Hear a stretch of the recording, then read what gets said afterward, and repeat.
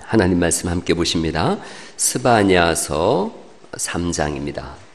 스바냐 3장 14절로 20절 구약성경 1309면에 있습니다. 구약성경 1309면 스바냐서 3장 14절로 20절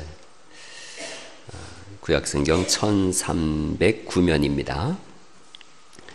스바냐 3장 14절로 20절 말씀 저하고 한 목소리로 천천히 합독하십니다.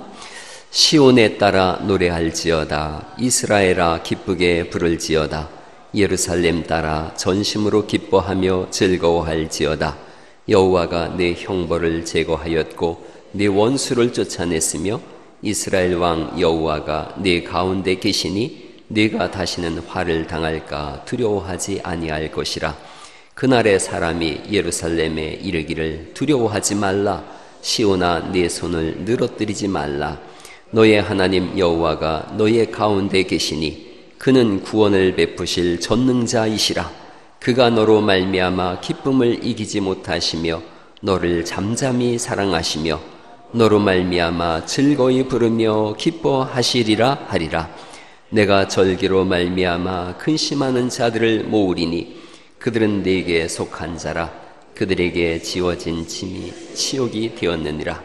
그때에 내가 너를 괴롭게 하는 자를 다 벌하고 저는 자를 구원하며 쫓겨난 자를 모으며 온 세상에서 수욕받는 자에게 칭찬과 명성을 얻게 하리라.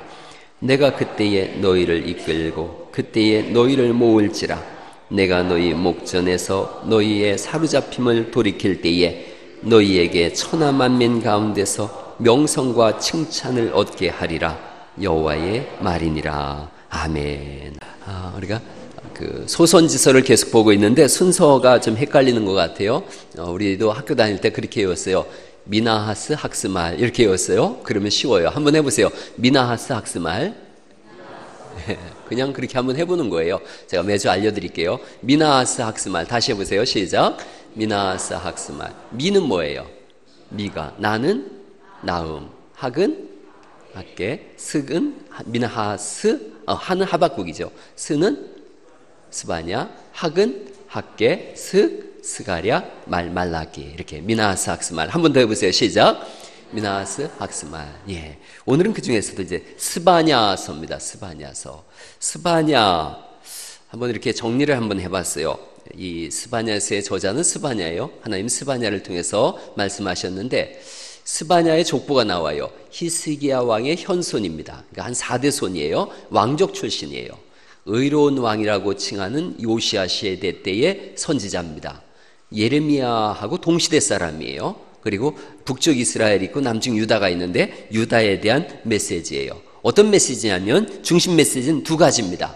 첫 번째 거 한번 읽어보세요. 시작. 하나님은 세상 모든 나라들을 불러 친히 심문하실 것이다. 그리고 두 번째 또 읽어보죠. 시작. 그 후 끝까지 믿음을 지키고 남은 자들에게 복을 선포하신다. 그러니까 심판과 구원이에요. 어거스틴이 그런 얘기했어요. 하나님의 역사는 심판사인 동시에 구원사다. 심판사이면서 구원사다 그랬는데 하나님이 심판하시고 구원하시겠다는 거죠. 이 스바냐서는 3장으로 이루어져 있어요. 구조는 단순해요. 1장은 유다의 죄에 대해서 하나님이 심판하시겠다는 거예요. 2장은 유다의 이은 나라들에 대해서 하나님이 심판하신다. 그리고 3장은 유다의 회복과 남은 자들을 향한 약속이에요. 자, 이제 스바냐서. 스바냐라고 하는 이름 뜻은 하나님께서 숨어 계신다 이런 뜻이에요. 숨어 계시는 하나님. 보이지 않는 하나님이에요. 왜 하나님이 스스로 숨으셨는가? 왜 보이지 않으셨는가? 그런 부분들을 스바냐서가 우리에게 알려주고 있어요. 이스라엘 백성들의 뿌리 깊은 죄가 그들 속에 차고 넘쳤어요. 그러자 하나님께서 스스로 숨어 계세요. 지금 이 당시의 왕이 누구냐면 요시야예요. 요시야의 아버지가 아몬이라고는 한 사람이고 그 할아버지가 므낫세예요. 므낫세, 아몬, 요시야. 한번 해보세요. 시작. 므낫세, 아몬, 요시야. 그 므낫세가 어떤 사람이냐면 최고로 극악한 왕이에요. 가장 극악한 왕이에요. 그 아버지는 다윗 다음으로 선왕이라고 했던 히스기야인데 히스기야 왕의 아들인데 가장 악한 왕이에요. 가장 선한 왕 밑에 가장 악한 아들이 태어난 거예요. 12살 때 등극했어요. 55년을 통치합니다. 그러니까 아버지가 10년을 함께 했기 때문에 정확히는 45년을 통치했어요. 그 통치 기간이 끔찍했어요. 열왕기하 21장 16절에 있는 말씀인데 이렇게 돼 있어요. 므낫세가 유다에게 범죄하여 여호와께서 보시기에 악을 행한 것 외에도 또 무죄한 자의 피를 심히 많이 흘려 예루살렘 이 끝에서 저 끝까지 피가 가득하게 했다는 거예요. 이 므낫세가 이사야를 비롯한 수많은 선지자들을 죽였어요. 그 아들 아몬이 통치하게 됐는데 아몬은 2년 만에 신하들의 반역으로 암살당해요. 그러니까 므낫세와 아몬 대략 47년간의 통치예요. 그 속에 악이 가득 깃들기 시작했어요. 그 다음 왕이 요시야인데 아무리 선정을 베풀고 의로운 삶을 시작하려고 해도 종교개혁을 하려고 해도 백성들의 죄가 뿌리 깊은 거리고 극심한 혼란이 있었고 부패와 악습이 있었고 우상숭배가 있었어요. 또 아수르의 신상과 이교도의 신들이 막 들어왔어요. 1장 9절을 한번 보시겠어요? 스바냐서 1장 9절에 이렇게 되어 있어요. 제가 읽어볼게요. 스바냐서 1장 9절. 그날에 문턱을 뛰어넘어서 포악과 거짓을 자기 주인의 집에 채운 자들을 내가 벌하리라 이렇게 말씀하세요. 문턱을 뛰어넘는다 이 말씀은 여러분 우리나라도 옛날에 문지방 밟아요 안 밟아요? 안 밟겠어요? 이런 이교적인 그런 풍습이 있었어요. 문지방을 밟지 않는 것 중에 대표적인 나라가 블레셋의 다곤신에 대한 사건을 신앙생활 좀 하신 분들은 알지요. 다곤신이 여호와의 법궤 앞에서 넘어지게 되어지고 또 바로 세워놨더니 그 다음 날은 목이 부러지고 손발이 문지방에 있어서 그때부터 문지방을 밟지 않았다 그랬는데 지금 문지방을 뛰어넘는다는 얘기는 이 말씀은 블레셋의 우상들이 들어온 거예요. 거기뿐 아니에요. 1장 5절을 보시겠어요? 1장 5절에 보면 1월 성신을 섬기는 그런 천체 숭배가 있어요. 또 지붕에서 하늘의 뭇별들에게 별에게 경배하는 자들과 경배하며 여호와께 맹세하면서 말감을 가리켜 맹세하는 자들. 1월 성신도 섬기고 여호와도 섬기고 말감도 섬기는 말감에 대해서는 제가 조금 이따 말씀드릴게요. 점을 치기 시작했어요. 별점을 치면서 내 미래가 어떻게 될까? 혼란한 시대일수록 사람들은 이런 성신과 또 그런 점을 치면서 자신의 안전과 미래에 대해서 관심이 많아요. 성경 공부 때 손 없는 날에 대해서 우리 박진원 집사님이 알려줬어요. 손 없는 날이 뭔지 저도 잘 몰랐었는데 그러더라고요. 손은 귀신이래요. 귀신 없는 날이 있는데 귀신이 그렇게 움직인대요. 1, 2일은 동쪽으로 움직이고 3, 4일은 서쪽으로 5, 6일은 남쪽으로 동서남쪽 그렇죠. 7, 8일은 북쪽으로 움직인대요. 그래서 손 없는 날은 9일하고 10일이래요. 이사를 그때 한다는 거예요. 그때 하면 손이 없다고. 그때 하면은 또 이사 비용도 많이 올라가요. 그래서 우리는 손 있는 날 해요. 그런 게 손 없는 날이래요. 그래서 또 그 다음에 재미난 얘기 하더라고요. 들었어요? 그 집에 손님이 오잖아요. 가난할 때는 손님이 귀신 같았다는 거예요. 그래서 손님이라 그랬대요. 그 얘기 듣고 끔찍했어요. 손 없는 날을 사람들은 오늘도 얘기해요. 자연스럽게 점술가들 박수무당이 들어오기 시작한 거예요. 타락한 아수르 문화의 젊은이들이 매료당했어요. 그래서 의상도 아수르 의상을 입어요. 1장 8절을 보시겠어요? 1장 8절 말씀 같이 한번 읽어볼까요? 시작. 여호와의 희생의 날에 내가 방백들과 왕자들과 이방인의 옷을 입은 자들을 벌할 것이며 이렇게 말씀하고 있어요. 문화가 이방 문화가 들어온 거예요. 타락한 문화가 들어온 거예요. 하나님과 정면으로 배치된 문화가 들어온 거예요. 그러기에 하나님은 숨어 계신 거예요. 나타나실 수가 없었던 거예요. 죄악으로 가득 찬 걸요. 하나님이 나타나면 이 백성들이 다 죽는 걸 알기에 하나님이 스스로 숨으셨어요. 스바냐 숨으신 하나님이에요. 제가 지난 한 주간 태국을 방문했어요. 태국 가서 한 주간을 보냈어요. 전 태국에 대해서 잘 몰랐었는데 한국전쟁 때 가장 먼저 군인을 파견해 준 나라가 태국이더라고요. 쌀을 보내준 나라가 태국이에요. 우리가 알량미라고 하는 거 있어요. 훅 불면 날아가는 거. 태국에서 왔더라고요. 이거 안남 땅에서 나서 안남미인데 우리나라 사람들이 그 양반들이 이거 줄 서서 기다리면서 그 알량한 쌀 주면서 큰 소리 친다 그래서 알량미라 그랬대요. 그래서 똠양꿍도 먹어봤어요. 저 똠양꿍이 맛이 독특한데 세계 요리대회에서 1등을 영접한 거래요. 아주 먹기 힘들었어요. 거의 대부분의 나라들이 무비자 1개월인데 우리나라만 3개월이에요. 아주 우리나라에 대해서 우호적인 나라예요. 따뜻하고 착한 사람들이에요. 지금 왕의 이름이 제가 이렇게 검색을 해봤어요. 왕의 이름이 하도 길어서 와치랄 롱콘 보름 맞짱 야다선 산다띠용 테이 탐농 스버리반 아피쿠 노브락간 마히따라 두라데 푸미본 나렛 와랑군 끼띠 시리 쏨분 시앙카왓 보름 까띠야라 자꾸만 이게 이름이래요. 이 나라 사람들도 잘 이름 몰라요. 근데 줄여서 그냥 와 지랄롱콘 이렇게 부르더라고요. 와 지랄롱콘 그래요. 대표적인 불교 나라예요. 95% 이상이 불교를 종교로 삼고 있어요. 태국왕을 가장 존경한다 그래요. 태국왕의 지폐를 구기면 한 사람이 그렇게 구겨서 SNS에 올렸는데 30년 형벌 살았어요. 그런 나라예요. 낮에 하루에 2번 태국 왕의 국가가 태국 왕을 높이는 노래가 울려 퍼지면 우리나라 애국가처럼 전부 서서 경건하게 있어요. 그런데 이 나라의 문화가 뭐냐? 불교 문화예요.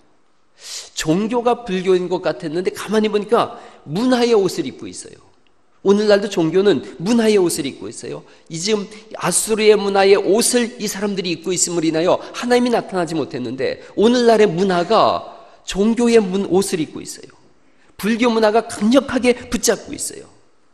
우리가 만난 선교사님이 태권도 선교하는 소한실 선교사님이에요. 여러분 이 사진은 지금 우리가 선교사님하고 미팅을 하고 또 우리가 준비한 선교비를 드리고 그리고 태국의 선교 상황을 드리는 건데 이 사진을 제가 왜 이렇게 하얗게 해서 올렸느냐 하면 이쪽 끝부분에 혹시 반짝이는 거 보이세요? 저게 뭐 같아요? 불상이에요. 불상. 여러분 여기가 교회입니다. 교회에 불상이 있다고요? 물론 시청에서 내준 공간이에요. 그런데 여기에 불상을 둬야 되는 거예요. 이게 이들의 문화예요. 가는 곳마다 불상이 되어져 있어요. 그러니 어떻게 복음을 전할까? 복음을 전할 수 있는 방법은 문화적 측면에서 이들도 집중하고 있는 거예요. 그러기에 이 선교사님은 아무리 해도 안 되니까 태권도 선교를 하는 거예요. 29살 때 태권도 선교를 해야 되겠다. 29살에 태권도를 처음 시작해서 지금 5단을 땄고 이제 금년도에 6단 된다 그래요. 가장 효과적인 선교예요. 그리고 문화의 옷이 얼마나 강력한지 몰라요. 우리 교회가 하는 사역 중에 문화를 개혁하는 교회 그래요. 예, 문화전쟁이에요. 문화선교예요. 우리가 라면 음악회를 내일 월요일 날 우석대학에서 7시에 해요. 여러분들이 오셨으면 좋겠어요. 와서 여기에서 잘 섬겨주면 좋겠어요. 라면 5봉씩 들고 오세요. 중국의 유학생이 500명에서 1000명 동참한다 그래요. 그래서 문화적인 접근을 하려고 1000밀미를 우리도 준비했어요. 이 사역의 중심에는 그 박남일 선교사라고 하는 분이 중국에서 선교하다가 우석의 삼례에 개척을 했어요. 그리고 그들에게 복음을 전해야 되겠는데 접근 방법이 없다는 거예요. 우리 교회에 라면 음악회를 요청했어요. 문화전쟁이더라고요. 가만히 보니까 거룩한 문화, 하나님의 문화로 승부를 보는 거예요. 여러분이 가지고 계신 휴대폰에 복음성가가 흘려나올 수 있기를 간절히 바랍니다. 문화예요. 문화. 우리 청년들과 아이들 휴대폰에 방탄소년단 대신에 CCM이 울려나는 그런 은혜가 있기를 예수님의 이름으로 축복합니다. 이게 얼마나 중요한지 몰라요. 저도 이렇게 가끔 어른들하고 이렇게 대화하다가 전화 오는 거 보면은 듣도 보도 못한 뽕짝이 이렇게 흘러나오는 걸 볼 때가 있어요. 문화에 압도당하는 사람들이 아니라 문화를 역전시키는 그런 하나님의 몸된 교회 될 수 있기를 간절히 바랍니다. 유다는 아수르의 타락한 문화가 그대로 들어왔어요. 하나님의 이름을 더 이상 부르지 않아요. 오늘날 현대인들도 하나님의 이름을 부르지 않아요. 우리 어린 시절에 우리 부모님 세대는 무지하고 가난했어요. 그러자 부모를 부끄러워하는 불효자들이 있었어요. 그들은 거리에서 부모님을 만나도 모르는 척하라 그래서 부모의 가슴에 못을 박는 것이 종종 우리가 들은 얘기예요. 근데 오늘날 하나님을 부끄러워하는 시대예요. 하나님을 믿는 것을 자랑스러워하지 않아요. 하나님이 촌스럽다는 거예요. 하나님을 믿으면 시대에 뒤떨어진다고 여기는 그런 시대를 우리가 맞이하고 있어요. 여러분, 청년들 사이에 묻는 거예요. 너 아직도 교회 다니냐? 여러분, 많은 어떤 교회에 잘못된 묻는 그런 일들로 인하여 교회의 그런 명예가 땅에 떨어진 것을 우리가 알고는 있어요. 그러나 그렇다 그래서 하나님이 부끄러운 건 아니에요. 우리가 잘못했는데 왜 하나님을 부끄러워하죠? 너 아직도 교회 다니니? 이런 비아냥거리는 소리가 세상으로부터 울려 퍼지고 있어요. 예수님을 믿는다는 것을 자랑스럽게 말하지 못하는 시대. 하나님은 전능하신 분이신데, 하나님은 영원하신 분이신데, 내가 그나마 예수님을 믿어서 이런 삶을 살고 있어, 그나마 내가 예수 믿어서 의로운 길을 걸어가려고 해, 이런 자랑스러운 고백이 사라진 시대. 여러분, 거꾸로 사실은 하나님이 우리를 부끄러워해야 되는데 우리가 하나님을 부끄러워하는 그런 모순된 시대를 우리가 살아가고 있어요. 하나님은 온 우주의 하나님이신 줄 믿으시기 바랍니다. 전능하신 하나님이세요. 영원하신 하나님이세요. 그분이 우리를 부끄러워해야 되는데 우리가 거꾸로 그분을 부끄러워하고 있더라는 거죠. 여러분, 하나님을 자랑스러워하는 은혜가 있기를 간절히 축원합니다. 요즘에 젊은이들이 미팅 나갔을 때 기도 안 하는 거예요. 왜냐하면 앞에 파트너가 내가 혹시 기도하면 저 친구가 나를 너무 고리타분한 사람으로 보지 않을까, 그런 거예요. 이게 역전돼야 되죠. 여러분, 결혼할 때 기도하는 사람과 결혼할 수 있기를 예수님의 이름으로 축복합니다. 이게 얼마나 중요한 건데요. 신앙이라고 하는 것이 그 사람의 일생 전체를 바꿔놓을 수가 있는데 우리는 하나님을 믿는 것을 부끄러워해요. 제가 이번에 동석한 분이 지난번에 우리 교회 왔던 민용 목사님이에요. 대전복음교회 민용 목사님인데 카이스트에서 박사를 받은 분이에요. 물리학 박사예요. 제가 궁금한 게 너무너무 많았어요. 사실은 중력에 대해서도 궁금하고 또 뭐 너무너무 많았어요.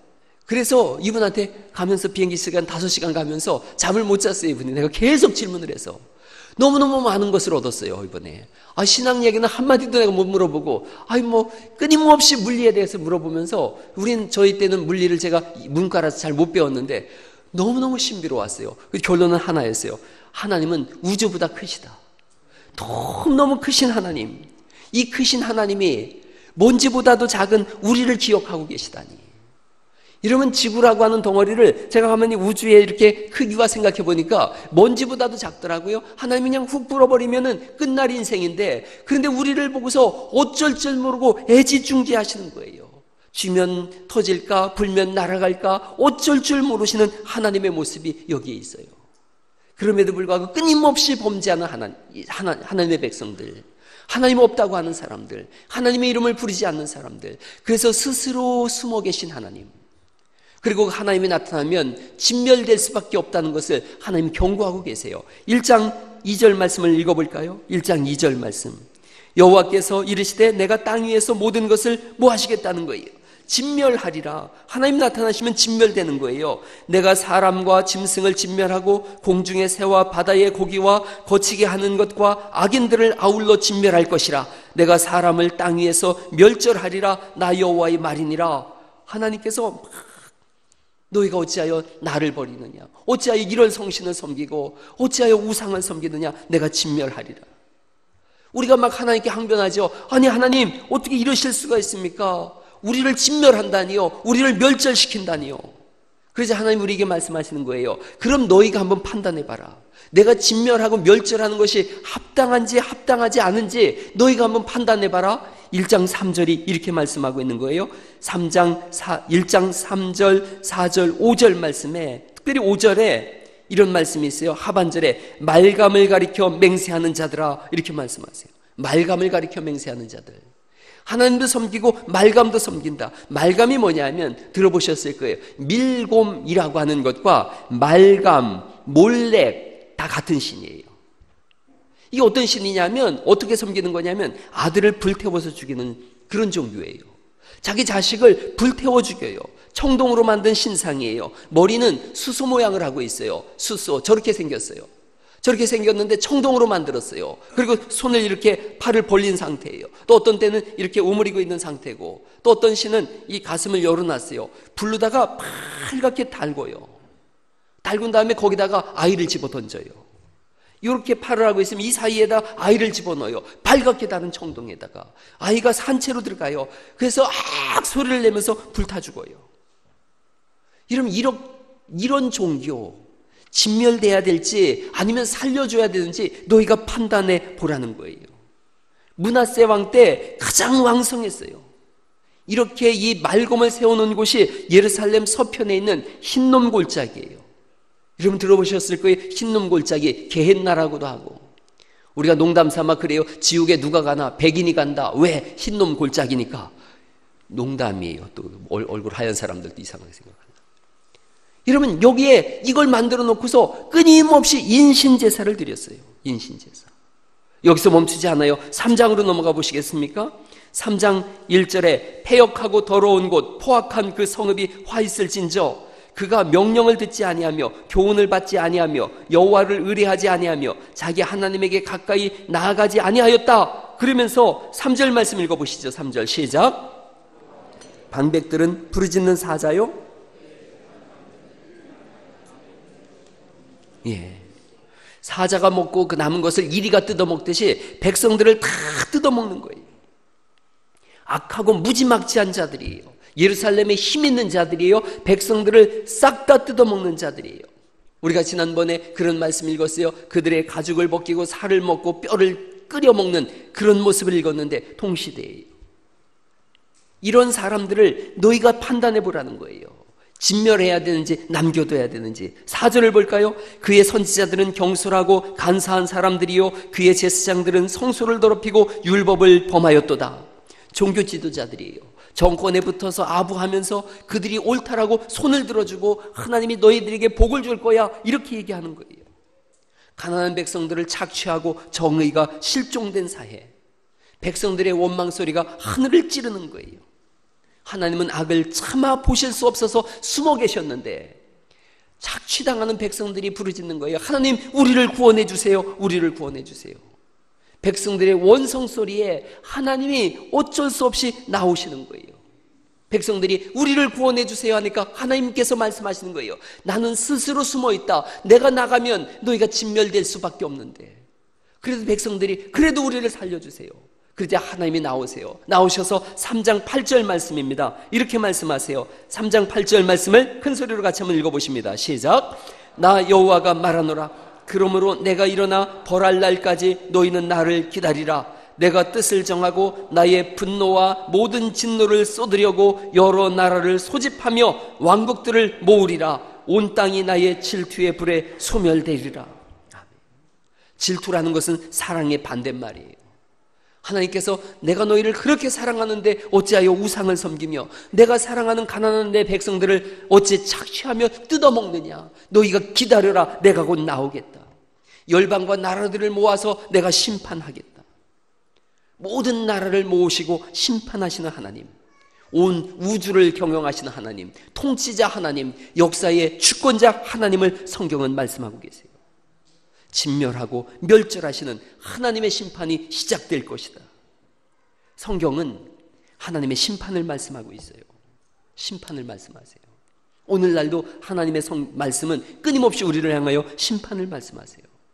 예수님께서 우리를 구원하시려고 이 땅에 오셨어요. 십자가를 지시고 죽으시고 3일 만에 부활하시고 승천하셨어요. 그리고 다시 오십니다. 다시 오시는 주님은 심판을 우리에게 약속하세요. 그날은 심판의 날이며 또한 예수 믿는 사람들의 구원의 날이에요. 믿지 않는 사람들에게는 영원한 지옥으로 던져버리는 심판을 말씀하고 있고, 예수 믿고 오늘도 믿음 안에서 살려고 하는 사람들은 영원한 하나님 나라로 옮겨지는 구원의 날인 줄 믿으시기 바랍니다. 성경은 심판을 말씀하세요. 오늘날 우리는 이 경고를 너무 가볍게 들어요. 주님이 심판하신다. 예수님이 다시 오신다. 우리를 구원과 심판으로 판가름하는 날이 있다. 이것을 너무 가볍게 들어요.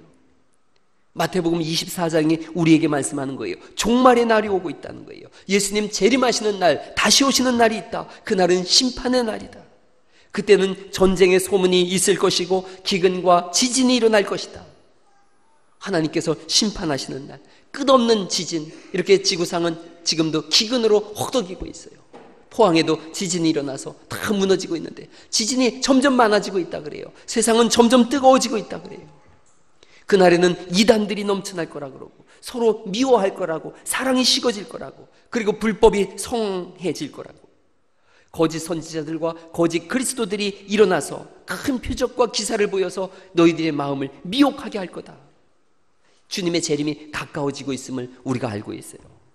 마태복음 24장에 그런 말씀이 있어요. 주님이 재림하시는 날 즉시 해가 어두워지며 달이 빛을 내지 아니하며 별들이 하늘에서 떨어지며 하늘의 권능들이 흔들리리라. 그때에 인자의 징조가 하늘에서 보이겠고 땅의 모든 족속이 통곡하며 예수님께서 구름을 타고 큰 능력과 영광으로 오시는 것을 보리라. 이렇게 말씀하세요. 그날이 온 지구상의 모든 것들이 변화될 거예요. 큰 나팔 소리와 함께 천사들을 보내리니 그들이 그의 택하신 자들을 하늘 이 끝에서 저 끝까지 사방에서 모으리라. 성경은 말씀하세요. 심판의 날이 다가오고 있음을 성경이 말씀하세요. 주님의 재림의 날이 2000년 전에도 재림한다 그랬고 1000년 전에도 재림한다 그랬으니까 사람들이 이제 무뎌진 거예요. 안 오실 거야, 안 오실 거야. 그때도 땅이 그대로 있었고 그때도 해가 그대로 떴고 그때도 바람이 살랑살랑 불었는데 뭐 안 오실 거야. 일부러 외면하려고 그러고 일부러 듣지 않으려고 그런다는 거예요. 그러나 데살로니가전서 4장 16절에 성경이 우리에게 밝히 말씀해 주시는데 주께서 호령과 천사장의 소리와 하나님의 나팔 소리로 친히 하늘로부터 강림하시리니 그리스도 안에서 죽은 자들이 먼저 일어나고 그 후에 우리 살아남은 자들도 그들과 함께 구름 속으로 끌어올려 그 다음 같이 한번 읽어보시죠. 시작. 공중에서 주를 영접하게 하시리니 그리하여 우리가 항상 주와 함께 있으리라. 아멘. 누가 공중에서 주를 영접할 수 있는가? 누가 하나님의 백성에 대해서 구원받을 수 있는가? 오늘 스바냐서 3장 9절은 우리에게 이렇게 말씀하세요. 읽어보실까요? 스바냐서 3장 9절 시작. 그때에 내가 여러 백성의 입술을 깨끗하게 하여 그들이 다 여호와의 이름을 부르며 한 가지로 나를 섬기게 하리니. 여호와의 이름을 부르는 사람들, 하나님의 이름을 부르는 사람들, 그들이 공중에서 주를 영접할 거라고 말씀하세요. 하나님의 이름을 부르는 사람들은 어떤 사람들인가? 11절 말씀 또 읽어보시죠. 11절 시작. 그날에 네가 내게 범죄한 모든 행위로 말미암아 수치를 당하지 아니할 것은 그때에 내가 네 가운데서 교만하여 자랑하는 자들을 제거하여 네가 나의 성산에서는 다시는 교만하지 않게 할 것이며. 교만하지 않은 사람이, 교만하지 않은 백성. 왜 하나님을 믿지 않는가? 교만해서 그래요. 내 힘으로 살 수 있지 뭐. 내가 얻은 건데 내 재능과 내 지혜와 내 능력으로 내가 살아가는 거야. 그러니까 하나님을 믿지 않아요. 내 능력으로 얻었다고 하니까 소위 갑질이 일어나는 거예요. 얼마 전에 초등학교 3학년 그 조선 TV의 그 손녀딸이 갑질하는 것을 TV를 통해서 여러분 보셨을 거예요. 저도 보고 깜짝 놀랐어요.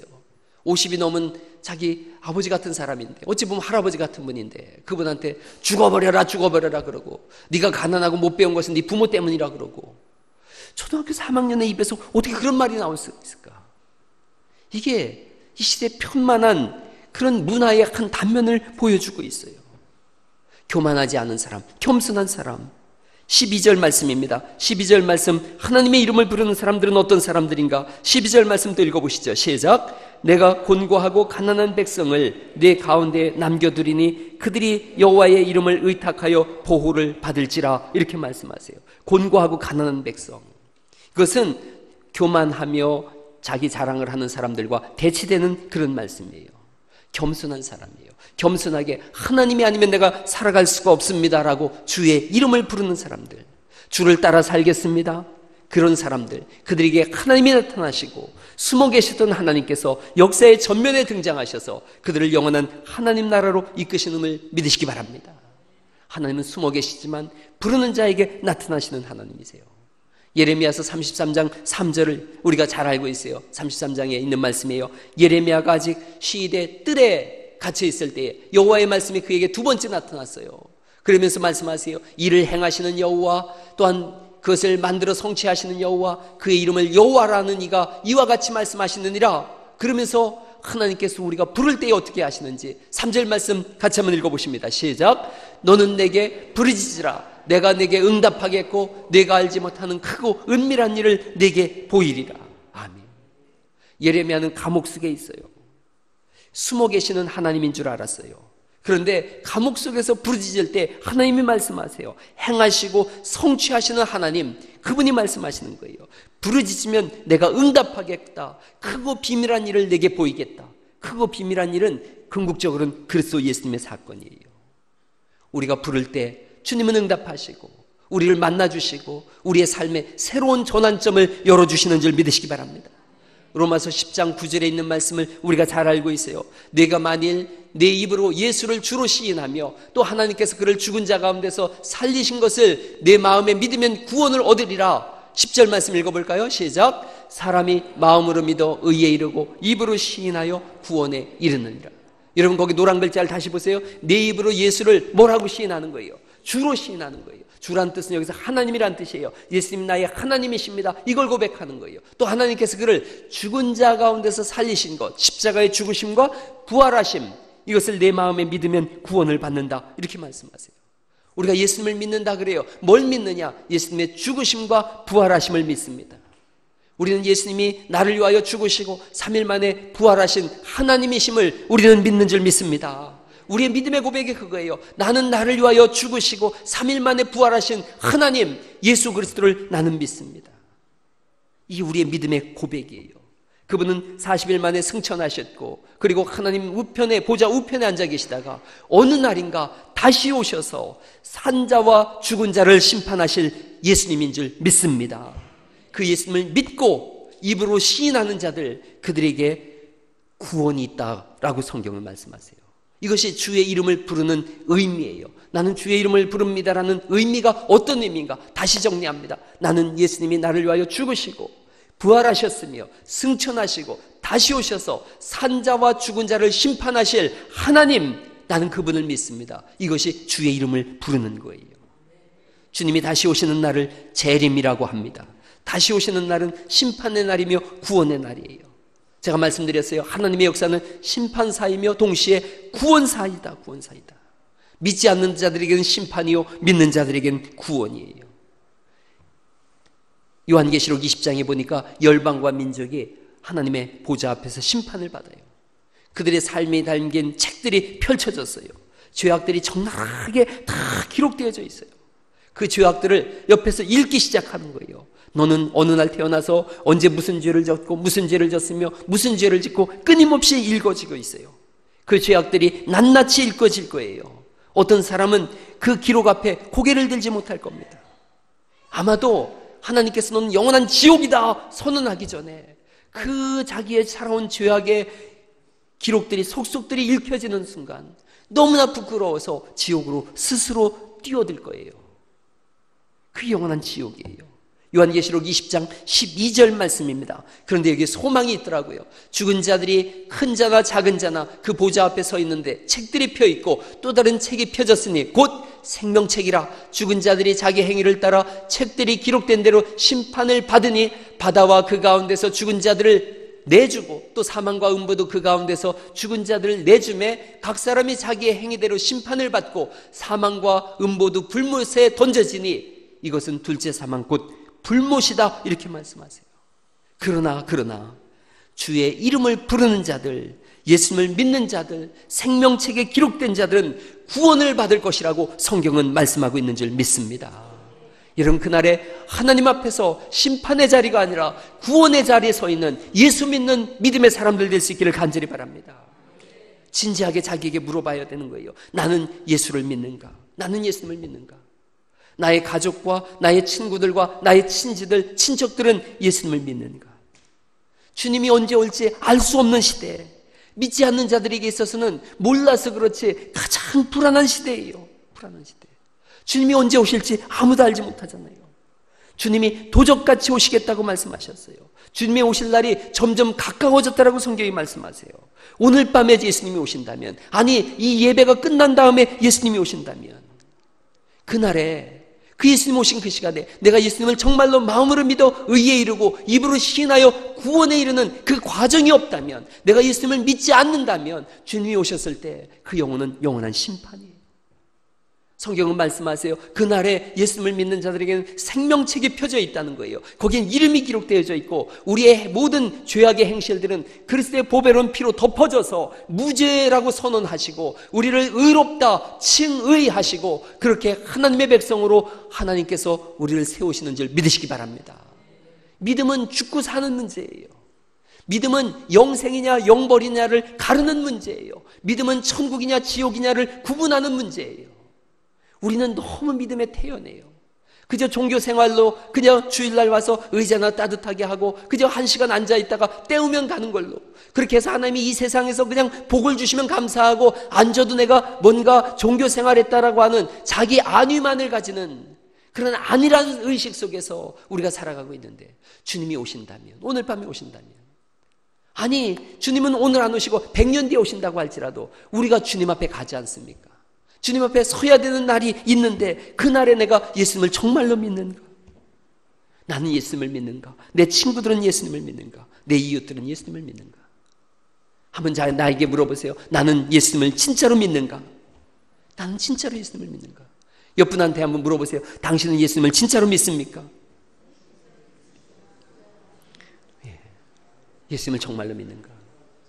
제가 말씀드렸어요. 예수님을 믿는다는 것은 십자가 사건을 믿는 것이고, 부활을 믿는 것이며, 승천하신 예수님, 다시 오시는 예수님, 그리고 심판하시는 예수님.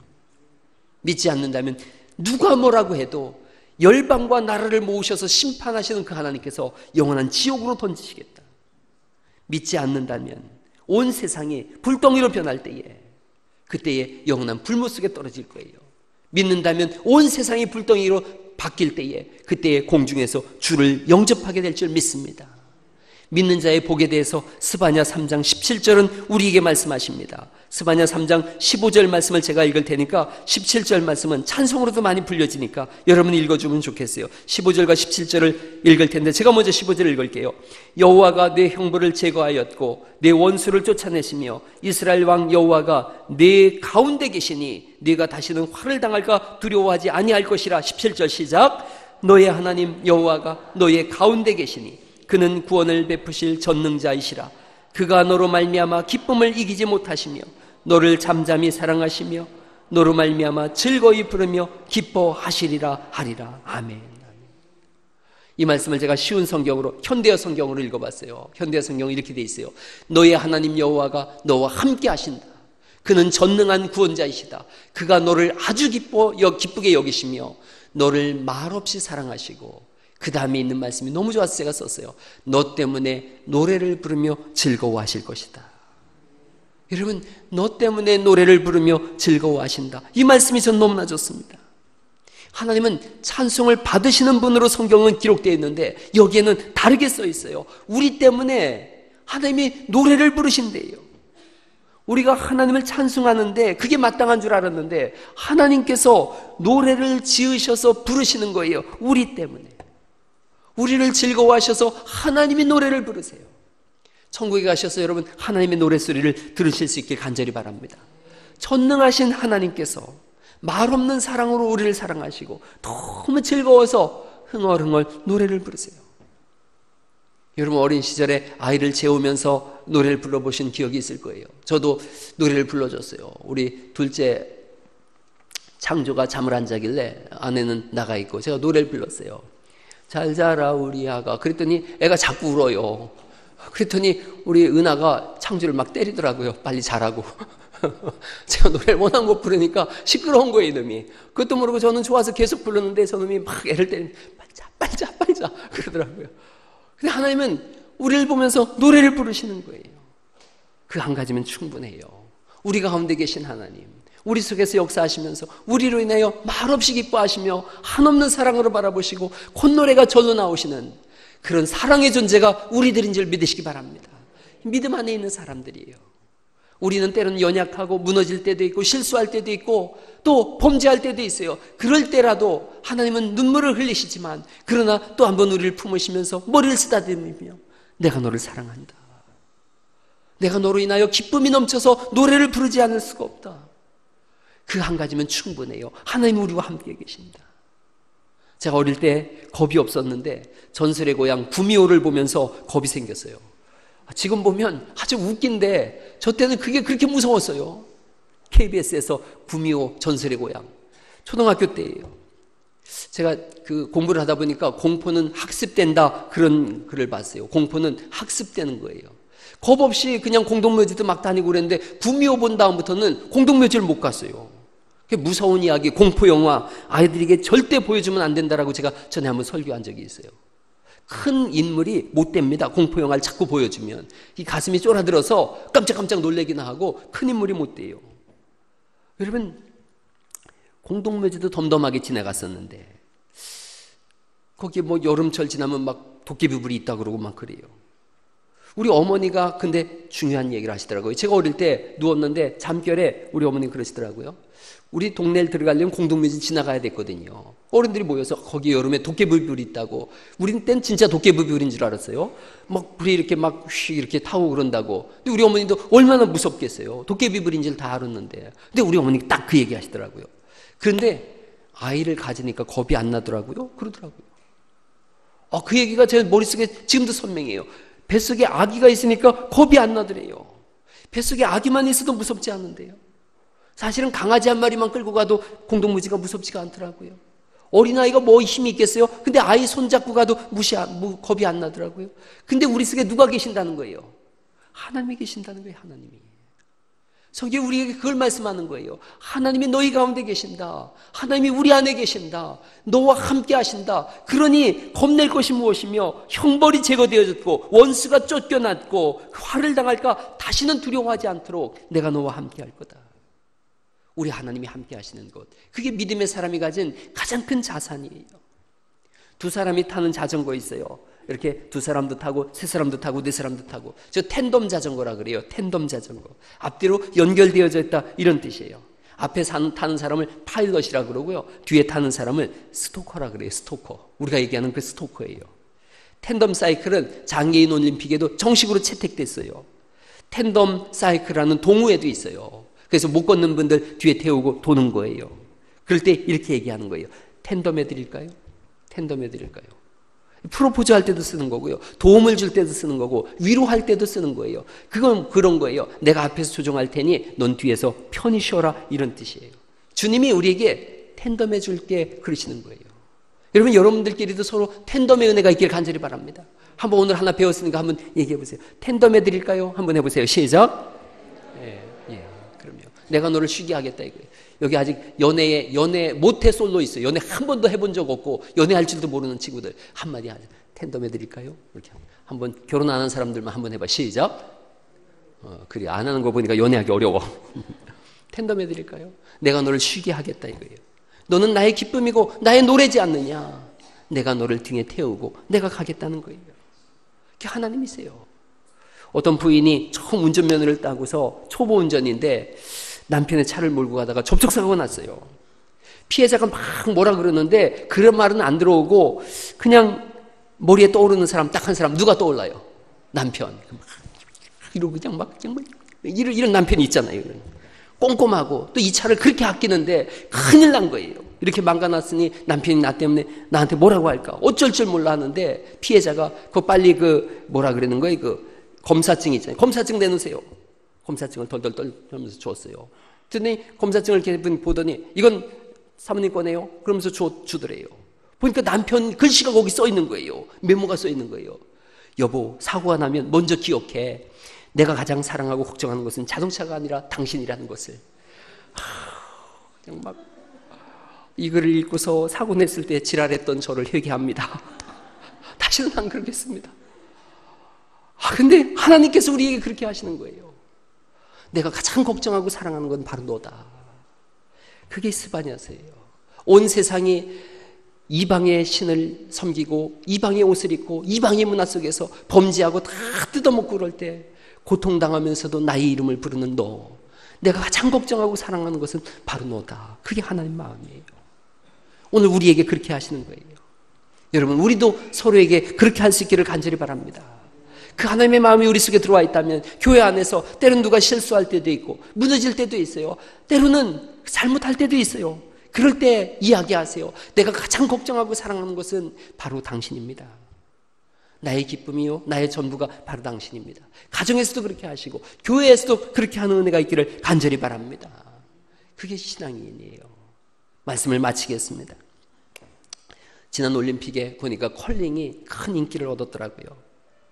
빙판 위를 미끄러져가는 스톤을 가고 싶은 길을 가도록 열심히 닦아주는 사람을 스위퍼라고 한대요. 이걸 보면서 두 가지 생각이 들었어요.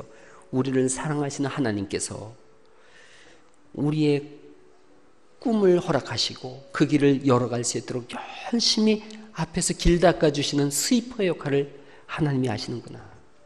저도 결심했어요. 내가 사랑하는 성도들을 위해서 열심히 길을 닦아서 그 길을 걸어가게 하는 스위퍼가 되고 싶다. 여러분의 스위퍼, 또 여러분의 텐덤이 되고 싶다. 여러분들도 그렇게 하세요. 하나님이 우리를 구원하셨어요. 하나님의 사람이세요.